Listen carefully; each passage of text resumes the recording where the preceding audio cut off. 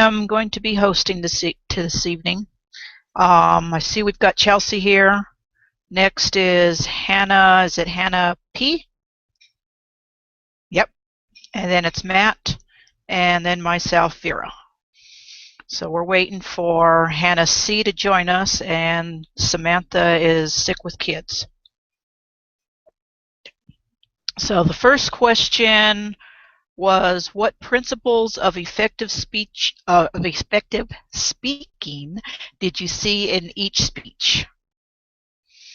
What I noticed on the first speaker, and that was the one that was taking the action of the religious side, I thought that it might have been more effective had he shown more authority, but instead he seemed like he was nervous and not very polished.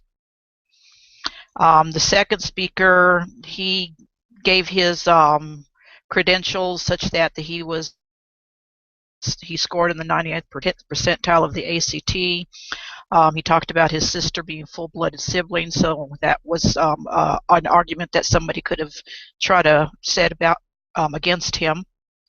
He talked about how they attended church and they didn't expect anyone to solve their problem.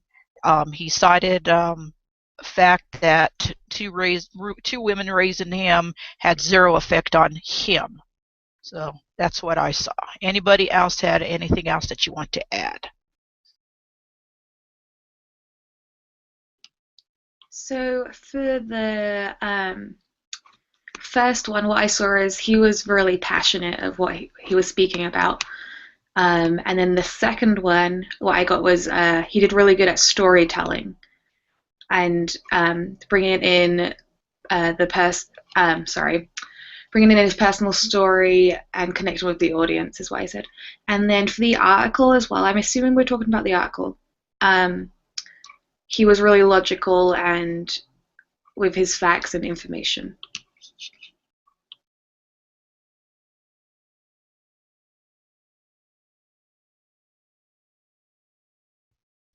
Okay. Yeah, I feel like that the first advocate video that we watched, I agree with Hannah there. He seemed very passionate about it. And then the second one, I thought he made it a lot more personal, and then he kind of addressed some issues that or some areas that he thought that people might have a rebuttal for him or another side of the argument. And then I think I saw that a little bit in the article that we read as well, that he kind of tried to a little bit see it from a different view, and I don't know how much they tried to understand the other view, but just kind of address that problem before someone else was able to bring it up to them. So I don't know how to take that exactly, but those were some of the things that I noticed in them. So.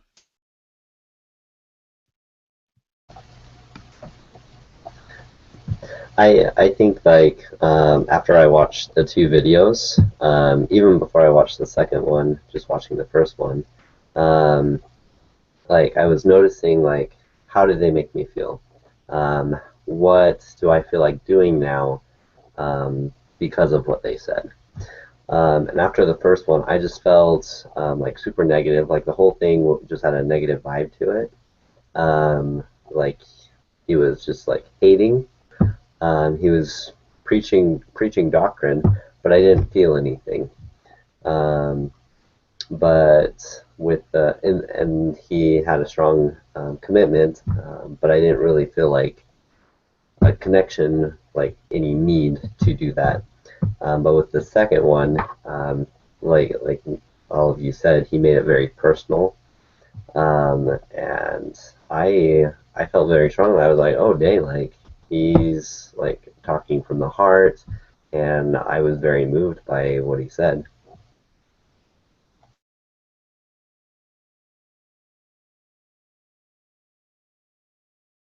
Okay, that was very good comments there. Let me see. So Hannah, are you taking notes on this so that we can have a summary at the end? Good, awesome. All right, so then that leads us to the second question, which states, what was the basis and or premise for each speaker's stance?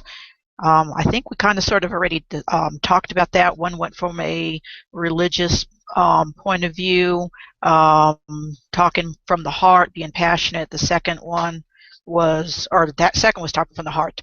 The first one was more of a preachy. The second was talking from the heart, more of a personal stance. Any other comments that someone wants to say about that?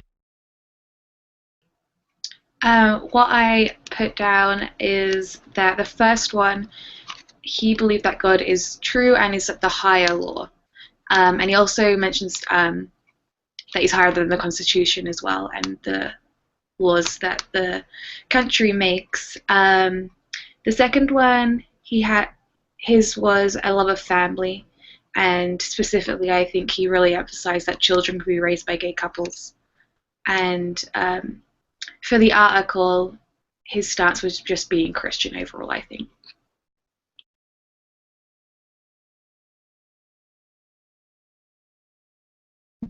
Yeah, something that I noted about the second video that we watched was that it was kind of a line that he said in it was, he really isn't that different. I feel like he mentioned that a lot throughout his speech, and I think that was the biggest point that he was trying to make, that even though he was raised by a gay couple, he really didn't turn out that much different. And then there were some instances where he even said, I think in some cases I turned out better.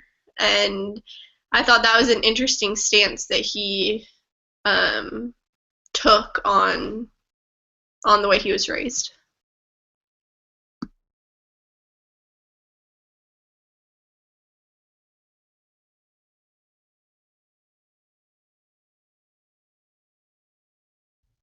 Okay.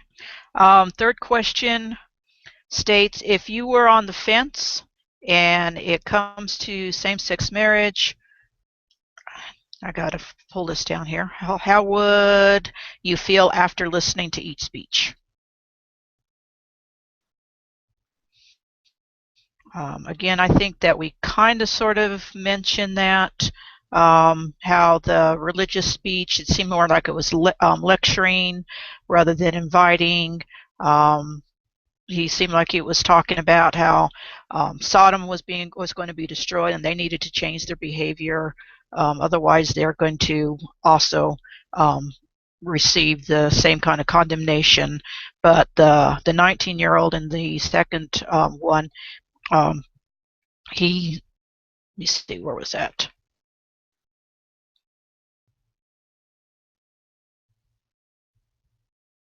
I don't know what I have written here. No, I'll let somebody else. What else you want to step in there? I was just thinking, if I were sitting on the fence in this issue, I kind of already spoke of this before. Like the second one moved me more, and particularly, I don't know. I think your religious background has quite a bit to do with it, like where you're standing. Um, but even then, as I mentioned, like um, and also, so as I mentioned, uh, the different persuasive techniques that they used, but also one of you mentioned that the second one came across as more loving. I think that was would be a big indicator. In the first one, it came across God's this mean person that's going to punish you. He's a judge that won't tolerate this. Whereas the second one came across where, hey, let's have a society where we are more caring and loving and accepting of one another.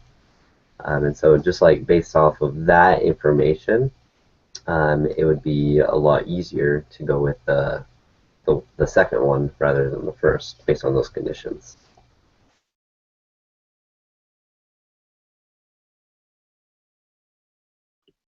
So I would just agree with everything we've said. The only thing I was going to add is for the first one, I think he was just being more forceful, about his views, and the second one was, like you said, just inviting us a little bit more. The article, I didn't really have a strong either or. I thought he was kind of in the middle of not being too forceful, but also inviting as well. So I feel like I was more swayed to agree with him though on that one as well. Yeah, I thought the first one was just really interesting because it's the view that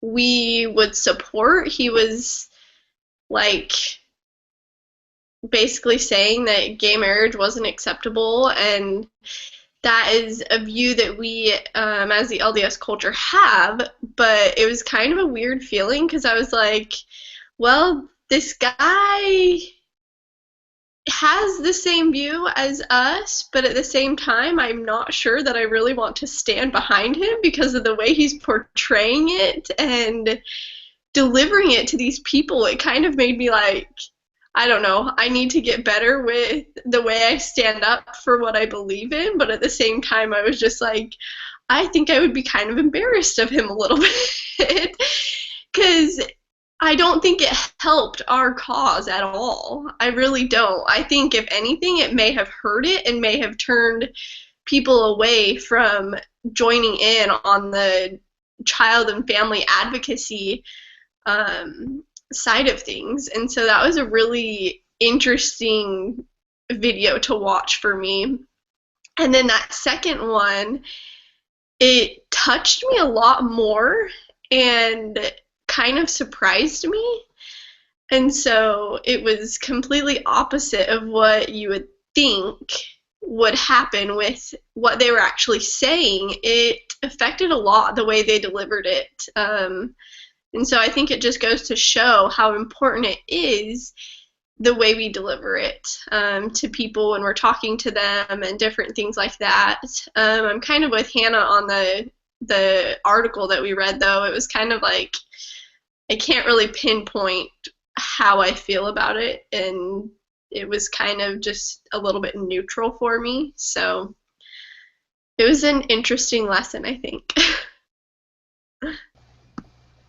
I totally agree with that, and just by observation, I was watching the people who were standing behind them. I thought it was interesting there were people sitting behind them, and as soon as the first speaker started talking, like tons of people got up and were like walking away, and then the other person started speaking, and then there was like this awkward silence when he was done. And then the second speaker, there wasn't as much movement. There was still a little bit of movement. But at the end, he got this clap, like the whole like area started clapping, like everyone started cheering him. And so I think like just watching that by observation, like you could feel the like what the people in the room were feeling. Like the first one, it was just kind of an awkward, like you said, and the other one, you moved the people. But then like with the article, I kind of felt the same way. Like he started off, he was like, "Hey, I'm gonna be," well, like I don't know. He kept switching. Like he was like kind of trying to come across humorous in a not so nice way. And then he was like, "Okay, but let's like talk about this realistically." And then here's more of that. It's bashing humor, and so he just like kept flip flopping it. And so I'm with you. I'm not sure how I feel about that. I have to say, I'm glad I'm not the only one that was kind of confused by the article. Because I was like, am I just not understanding like the words that he's using or how he is portraying it? But I'm kind of confused by him a little bit. So I'm glad I'm not the only one.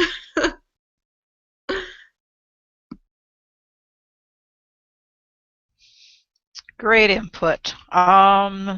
The last question was, what was less effective about each speech? Again, I think we kind of touched on that, how the first person, how he wasn't polished, he was lecturing, he wasn't inviting, he seemed to be condemning. The second person, he was very inviting. Like Matt said, he gave you this warm feeling. I think that if I was observing right there, if I was, a religious person, I might, consider some of the scriptures that he was quoting and might want to wonder a little bit. However, if I wasn't a religious person at all, I'd probably just walk away, roll my eyes, and going, "Yep, it's another fanatic."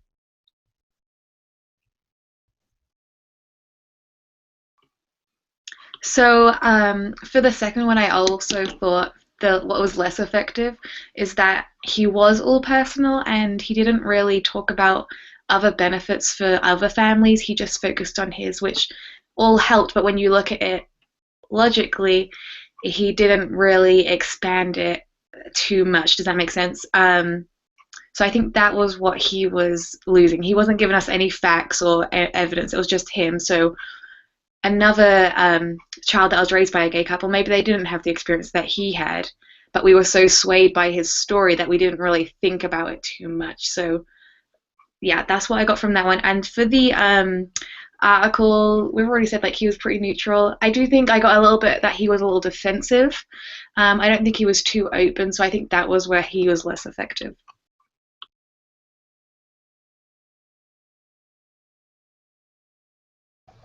I think the two speeches are a good example of, in the learning material, with presenting facts, facts without stories, and then the other one, stories without facts. Just what you were saying, Hannah, made me think about that.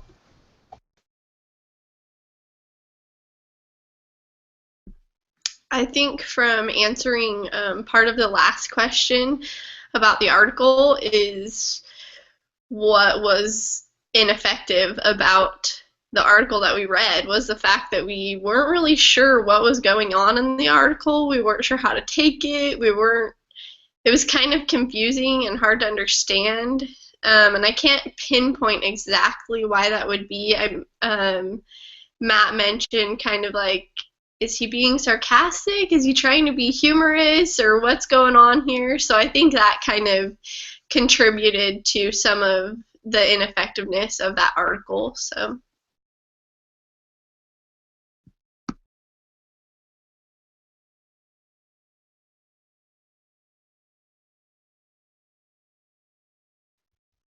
Alrighty, that's all 4 questions. Is there anything that anybody else wants to add before we have Hannah summarize for us?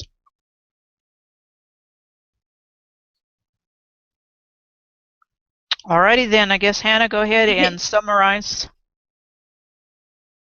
So I don't know if Hannah got a chance to watch the video from last week, but we realized that we're supposed to do the summary in our actual Google Hangout on air. So last week, if you didn't catch that or if this is confusing, we're not typing up the summary anymore. We're just telling what it was at the end. Yeah, I did catch that. So, okay. So I'll just go through each question with each speaker. So for the first question, let me get it up again really quick. So the effectiveness of the speeches / article. The first speaker, he was really passionate, we found, and he was showing a lot of authority as well. For the second speaker, it was the storytelling and how he was showing personal stories and inviting us all. And we also talked about he was not necessarily supporting or the opposing view, but he was recognizing it, as well as the article, they were recognizing the opposing view. And then for the second one, which was what was the basis and or premise for his stance. For the second one, it was just religion, that God is the higher law.